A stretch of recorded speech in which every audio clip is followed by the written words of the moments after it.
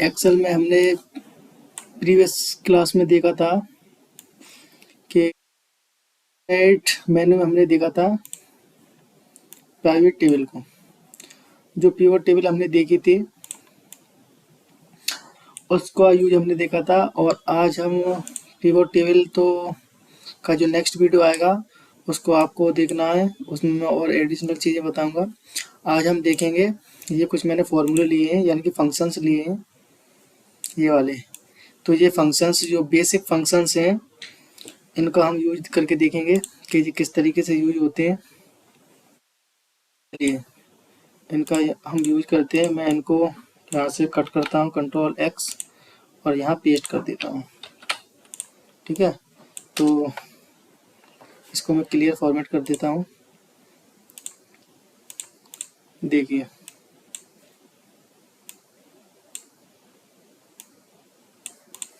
जैसे ये मेरे फंक्शंस हैं और पहला फंक्शन है मेरा कॉनकैटिनेट का, तो मैंने लगाया इक्वल टू कॉनकैटिनेट।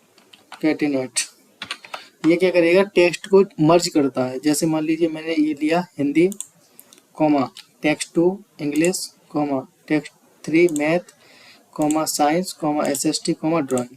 तो ये इसी तरीके से टेक्स्ट आपसे पूछता जाएगा और आप यहाँ पर टेक्स्ट लेते जाएंगे और सिलेक्ट करके ब्रैकेट क्लोज करके और एंटर प्रेस कर देंगे। तो देखिए इसने क्या किया, इसने सारे सब्जेक्ट को जोड़ दिया यानी कि मर्ज कर दिया। ठीक है, ऐसे मान लीजिए कि जैसे मान लीजिए एक डाटा होता है, जैसे यहाँ पे किसी का नाम दिया है, जैसे फर्स्ट नाम, और यहाँ पे फर्स्ट नेम, यहाँ होता है मिडिल नेम, और यहाँ होता है लास्ट नेम। तो ऐसे मान लीजिए मेरे पास कोई डाटा आया, यहाँ लिखा है अर्जुन कुमार यादव। ठीक है, ये डाटा है। अब मैं चाहता हूँ ये जो डाटा है कि फर्स्ट नेम सेकंड नेम यानी फर्स्ट नेम मिडिल नेम और लास्ट नेम जो हमारा अलग अलग है, मैं इसको मर्ज करना चाहता हूँ। तो मैं इस जगह पर फिर यहाँ फुल नेम दिया है, फुल नेम, तो फुल नेम में क्या करूँगा, मैं कॉनकैटिनेट का यूज कर दूंगा। जैसे इक्वल टू कॉनकैटिनेट, कॉनकैटिनेट पे क्लिक करेंगे और जब ये पूछ रहा है टेक्स्ट 1, मैंने इस पर क्लिक किया, टेक्स्ट 2 इस पर क्लिक किया, टेक्स्ट 3 इस पर क्लिक किया और इसको ब्रैकेट क्लोज करके एंटर प्रेस कर दिया। अब इसने क्या किया, पूरा जो शॉर्ट नेम था उसको फुल बना दिया। देखिए अब इसमें एक चीज है कि इसमें जो है वो गैप नहीं आ रहा है, ये मर्ज हो गए ना। तो जैसे अर्जुन, अर्जुन के बाद कुमार, तो इनके बीच में एक गैप आना चाहिए, थोड़ा स्पेस आना चाहिए। तो मैं क्या करूँगा, इस फॉर्मूले से मैंने जहाँ से कॉमा लगाया था, दोबारा से लगा के बताता हूँ आपको। जैसे मैंने ये वाला टेक्स्ट लिया, क्लिक किया, कॉमा प्रेस किया, अब मुझे क्या करना, इक्वल टू लगाने और स्पेस दे देना और फिर कॉमा लगा देना। तो मुझे दो इक्वल टू के बीच में एक स्पेस दे देना है। तो क्या होगा कि मेरा स्पेस वहाँ पे क्रिएट हो जाएगा, यानी कि स्पेस लग जाएगा। और फिर मैंने इसको और ब्रैकेट क्लोज किया और एंटर प्रेस कर दिया। तो देखिए अब इसके बीच में स्पेस आ गया ना। तो इस तरीके का यूज होता है कॉनकैटिनेट का। ठीक है, और काउंट का क्या यूज होता है, काउंट का दिया है। जैसे मान लीजिए ये एक टेबल है, ये वाली मैंने टेबल ली, ये वाली एसएसटी की। अब मुझे इसमें काउंट करना है, यहाँ मैंने कॉनकैटिनेट का यूज कर ही लिया है, कॉनकैटिनेट। ठीक है, तो काउंट में मैंने यहाँ फॉर्मूला लगाया इक्वल टू काउंट। काउंट क्या करेगा, सिर्फ और सिर्फ वैल्यू को वो काउंट करता है। जैसे सपोज मैंने इसको सिलेक्ट किया और ब्रैकेट क्लोज करके एंटर प्रेस कर दिया। अब किस किस सेल में वैल्यू है उसको वो काउंट कर लेगा, एंटर। 7 सेल है जिसमें वैल्यू है उसको उसने काउंट कर दिया। सपोज मैंने एक सेल डिलीट कर दी, यानी कि डाटा डिलीट कर दिया एक सेल का, देखिए उसने कितने कर दिया, 6 कर दिया। तो इसी तरीके से ये काउंट करता रहता है। अगर आपकी सेल ब्लैंक है तो वो ब्लैंक बताएगा, यानी कि ब्लैंक नहीं है, किस में डाटा फिल है तो वो बताएगा। उसके बाद आता है काउंट ए। काउंट ए क्या करता है, जैसे काउंट होता है ना, अब जैसे मैं इसमें ए प्रेस कर दूं तो ए को काउंट कर रहा है, काउंट ए को वो काउंट नहीं कर रहा है। अगर ए को वो काउंट करता तो 7 का 7 ही रहता। मैंने बी क्लिक किया, देखिए उसने क्या किया, अब वो जो काउंट कर रहा है वो सिर्फ और सिर्फ नंबर को काउंट कर रहा है, ना कि टेक्स्ट को। टेक्स्ट को तो वो काउंट ही नहीं कर रहा है।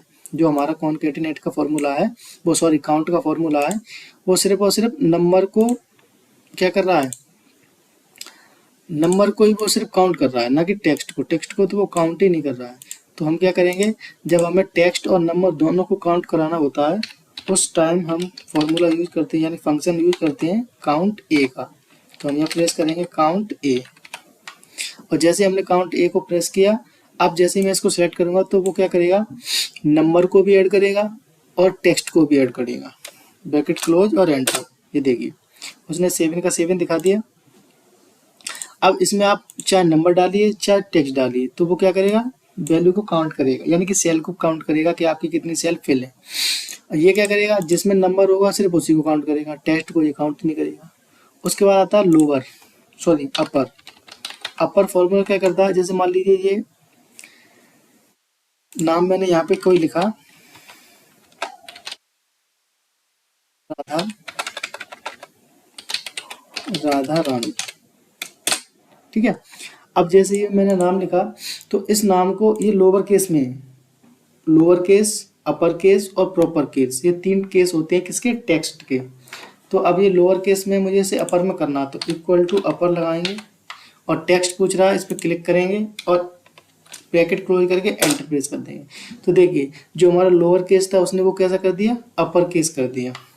अगर कोई अपर केस है, जैसे मैंने यहाँ लिखा कृष्णा, अब ये अपर है, मैं चाहता हूँ ये लोअर केस में बने, तो मैं यहाँ लोअर लगाऊंगा,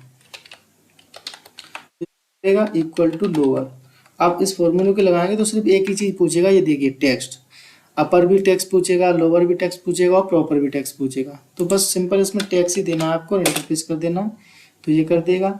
और प्रॉपर, प्रॉपर में क्या करेगा, जो पहला लेटर होता है उसको वो कैपिटल कर देगा,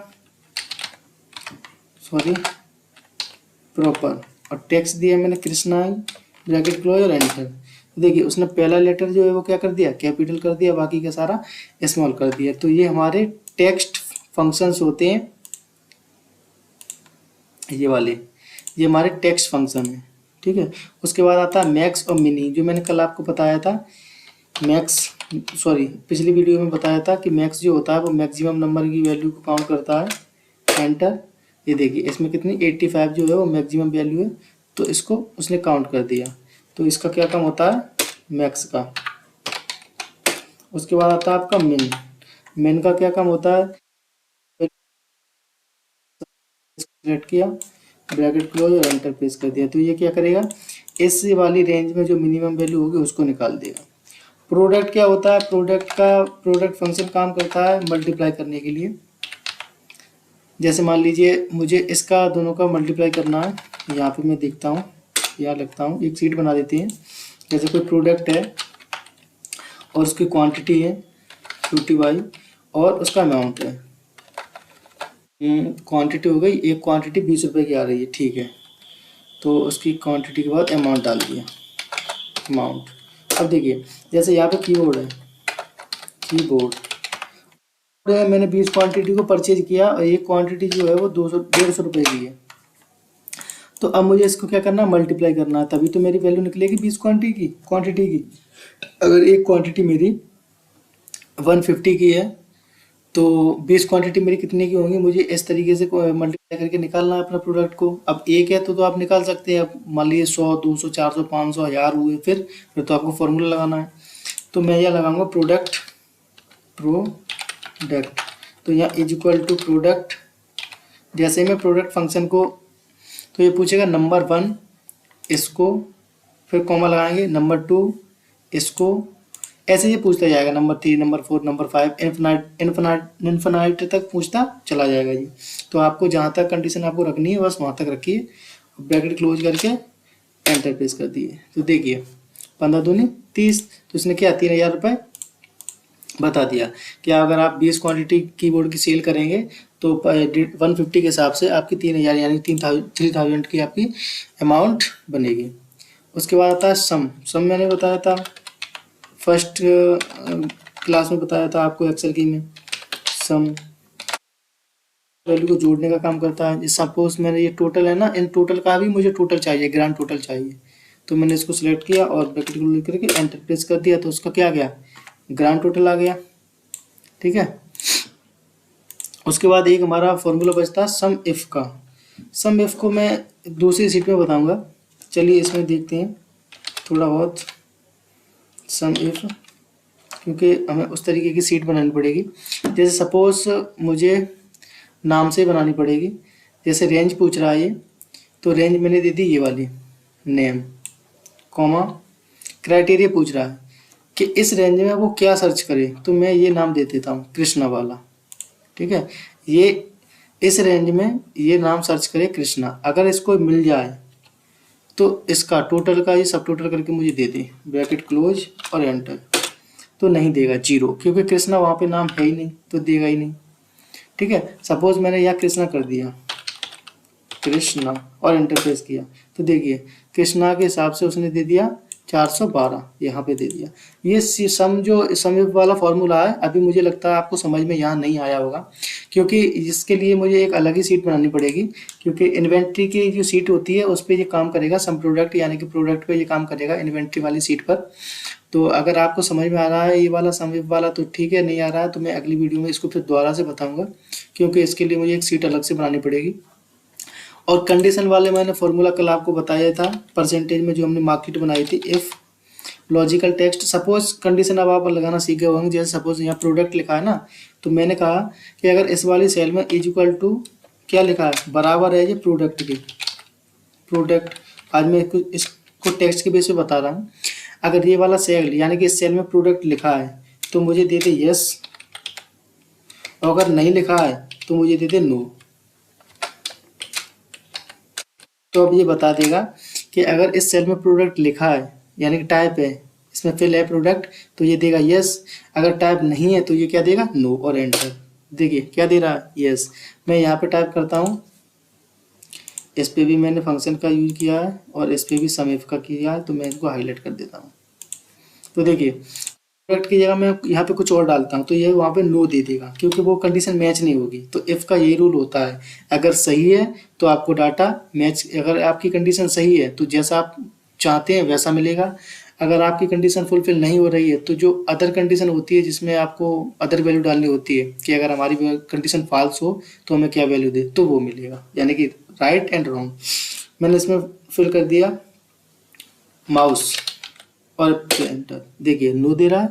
और फिर से मैंने यहाँ पे प्रोडक्ट डाल दिया तो ये क्या है, यस। तो बस यही काम होता है कंडीशन का। आप बेसिकली कंडीशन लगाना सीख जाइए। यहाँ पे ये सबसे पहले पूछता है लॉजिकल टेस्ट, जो हमारा ये रहा। अगर ये वाले कंडीशन मैच होती है, जैसे देखिए अगर H 14 यानी कि H ये रहा हमारा कॉलम, और 14 यानी कि 14 वाली ये रही हमारी रो, तो ये क्या हमारी सेल हो गई। तो ये वाली सेल अगर बराबर है किसके, प्रोडक्ट के, अगर इस सेल में प्रोडक्ट लिखा है तो यस दे दे, प्रोडक्ट नहीं लिखा है तो नो दे दे। बस यही तो कंडीशन है। आप कुछ और भी दे सकते हैं कि अगर इस वाली सेल में मान लीजिए आपका नाम ही लिखा है, तो अगर आपका नाम लिखा है तो दे दे, अगर आपका नाम लिखा है तो यहाँ किसका नाम आना चाहिए, तो जिसका आप नाम लेना चाहते हैं वो नाम यहाँ आना चाहिए।